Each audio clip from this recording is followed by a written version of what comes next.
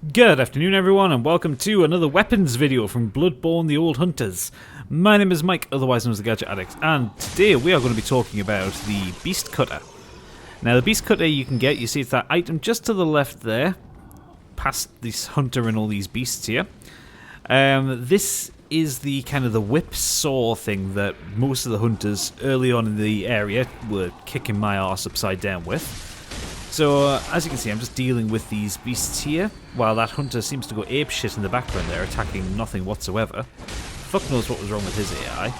He tried to get me there, and he fell down, and basically then took himself out of the fight because he couldn't get back up to get me. Idiot that he is.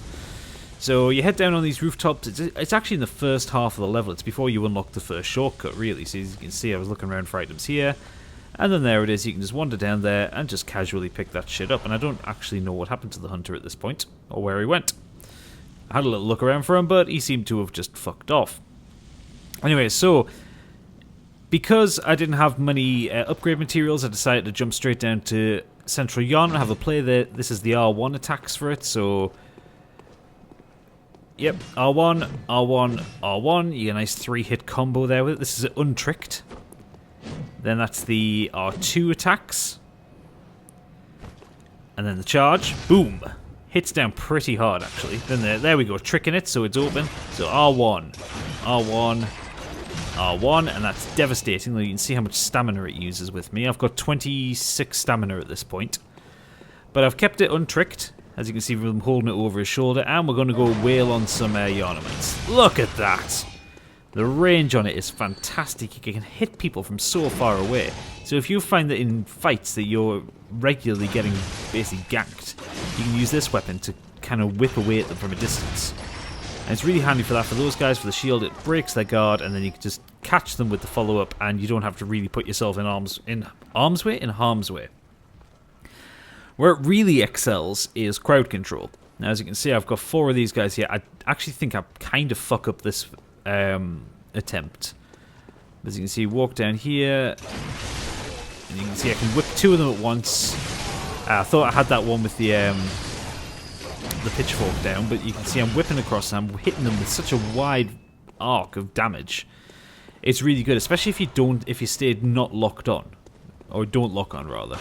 See, you can hit there. I missed him, so I'll roll back here. So I'll lock onto him, whack him once with it, and he's down. Whack him once, so those guys are a little bit stronger. But bear in mind, this is unupgraded. I've got 40 strength at this point, but it's an unupgraded one. I haven't put any points into it yet. And it all depends on what the enemy's armor value is and that kind of thing. So I think I untrick it here. Do I untrick it? Yeah. Bash it off the ground to untrick it, and then you just use it like you would... I think it's like...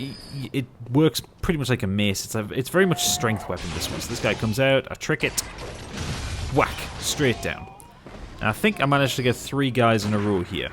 I don't know why I shot the pistol there. I have no idea. Yeah, you see 92 damage it does.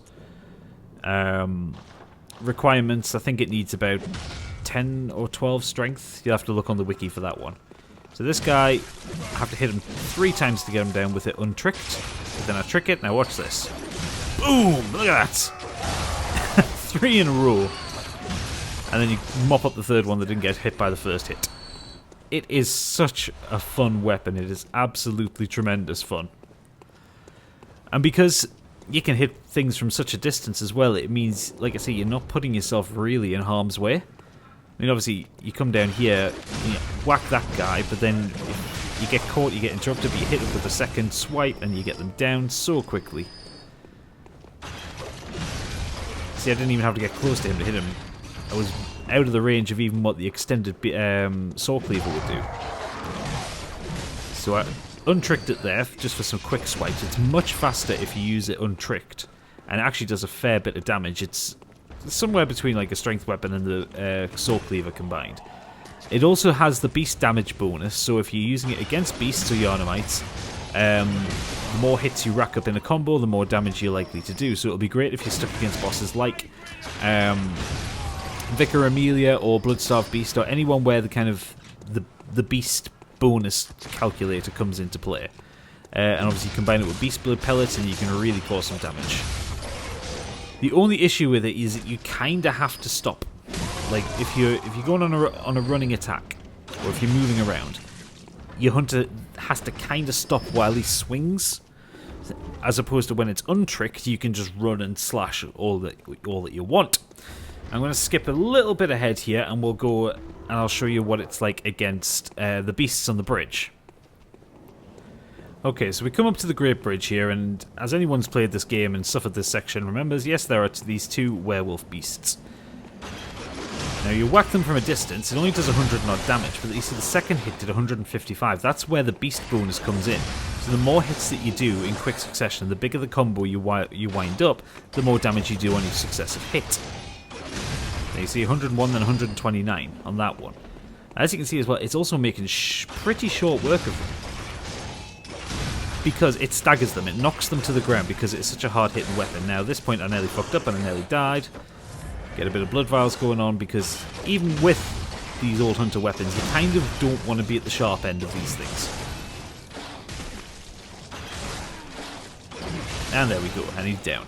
So yeah, the more successive hits that you can build up with this thing, the better. Because you're going to do more damage to beasts. So it's definitely, if you can get a hold of it, it's well worth using, especially when you get into like a new game plus cycle, and you end up back in Central Yarnum or in the first half of the game where pretty much everything that you fight is a beast in some way, shape or form.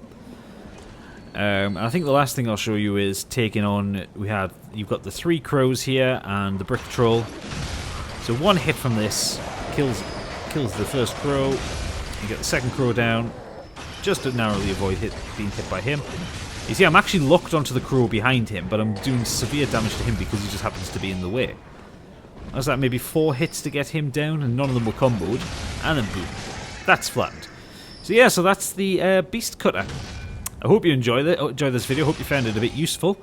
Let me know if there's any other weapons you want me to cover. I'm going to be upgrading my stats, so my skill and arcane in my next few level ups, so I can use the Holy Moonlight Sword and the Whirligig Saw, which is the one weapon that I've wanted to play with all the time since I've had this DLC.